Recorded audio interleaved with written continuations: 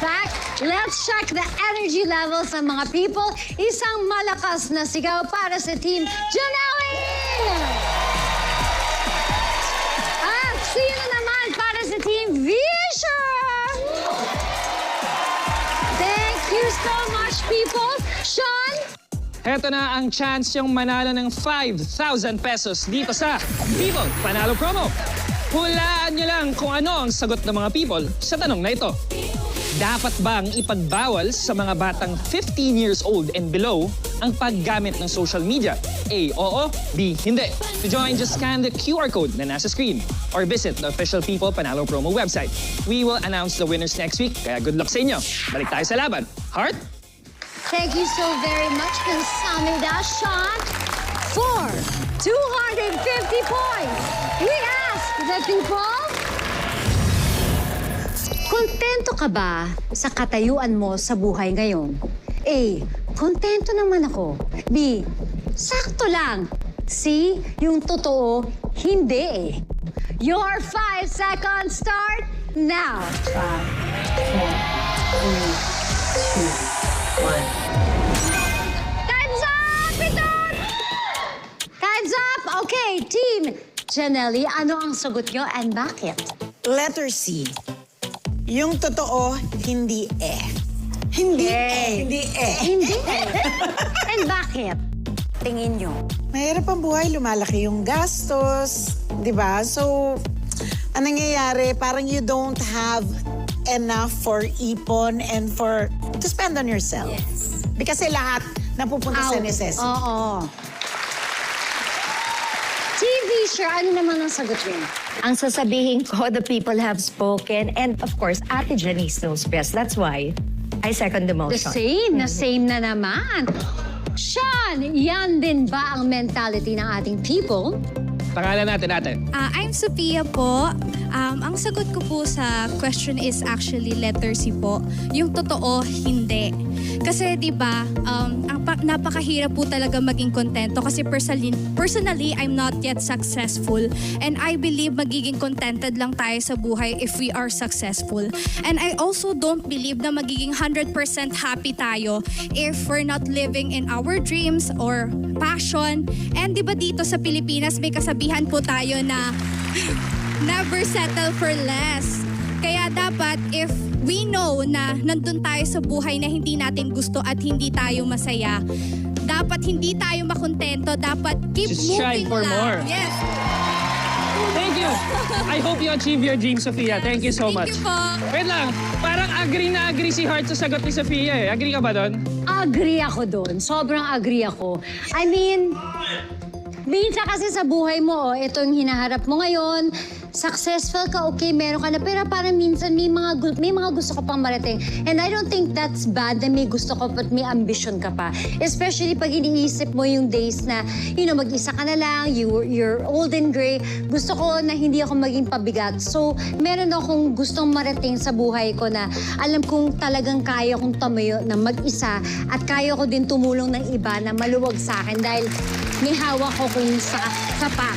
So for me, dream big, keep going, never give up, at huwag kayong ma-relax. Ay guys, kontento na ba tayo sa buhay natin? Ang sagot namin dito ay C. Yung totoo, hindi eh! Paano magiging masaya sa buhay? Wala ka pang masyadong pera.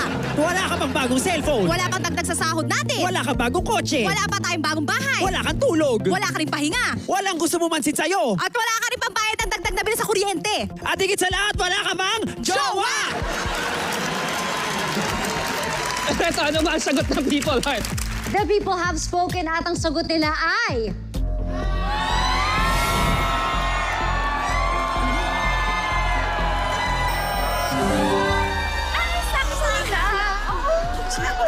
Parehong mali ang ating teams.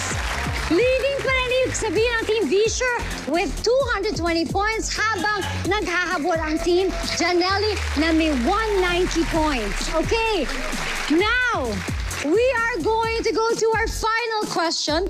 The final question is worth 500 big points. We ask the people... Sino ang pinakamahirap kalimutan? A. Taong nanloko sa'yo. B. Taong hindi napasa iyo. Or C. Ang inyong first love. Your 5 seconds start now!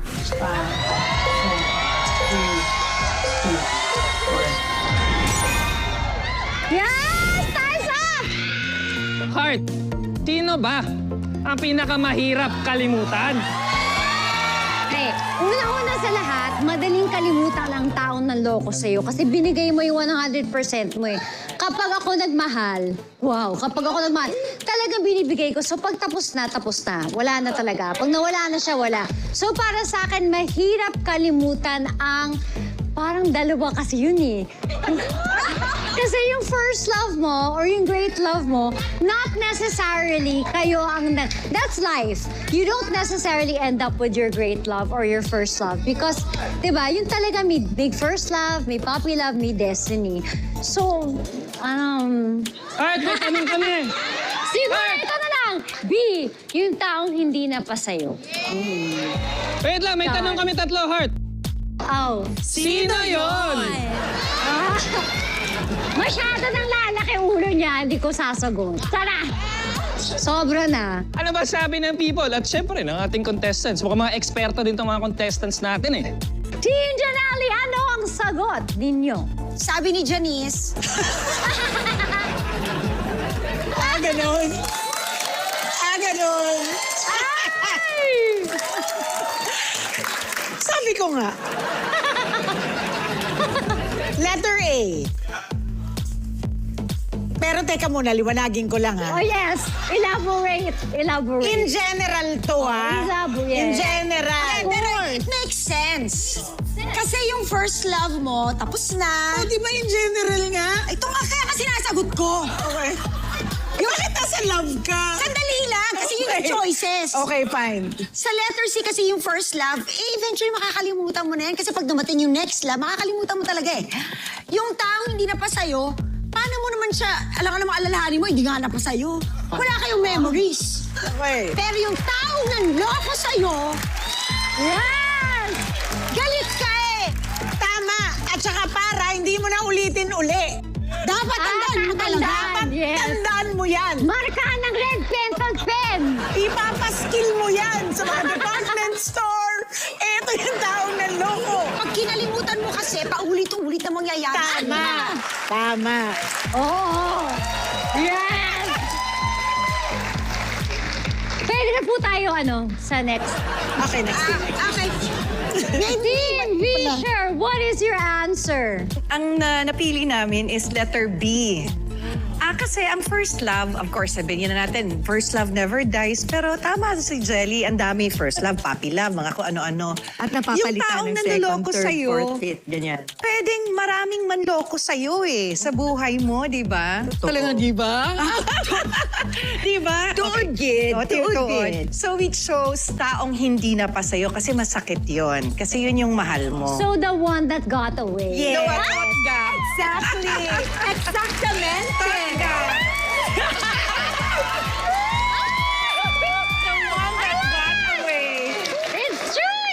It's true.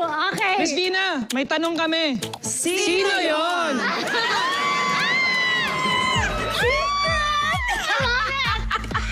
Kahit ang ganito lang yung kilig, di ba? Kaya dapat hindi talaga kinakalimutan yung mga totka. Kasi minsan kailangan mo din lagdatin, yung kiligin, gano'n.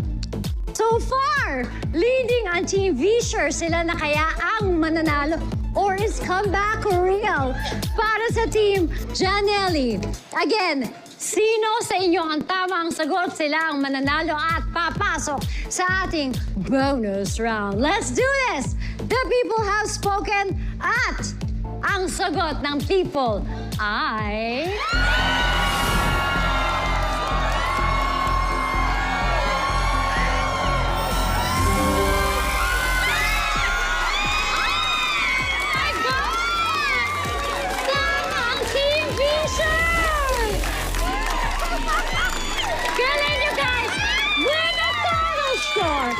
Of 720 points, kayo ang nanalo. You have won 100,000 Congratulations! What can you say, Team Visher? We're thankful dahil Team Visher ang nanalo. Pinaglaban namin! Sabi sa inyo, ipaglalaban namin eh. Na ito pa ng pangako. At saka maraming salamat sa people! Team Janelle! It was fun, you know. You have to come into things like this in the spirit of fun. Yes, yes. But Seryoso mo na sagot, yun lang nga. Seryoso akong tao. Okay, fine. Don't worry, Basta masaya. mag-uwi pa rin kayo ng 30,000 pesos. Team Visher, pwede pang madoble ang napanalunan nyo sa ating bonus round. Sa susunod na yan, sa pagbabalik ng The People Have Spoken.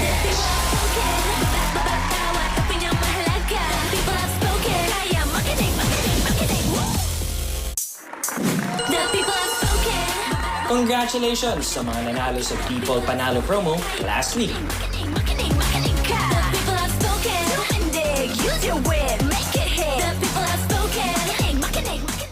I'm glad to have you back.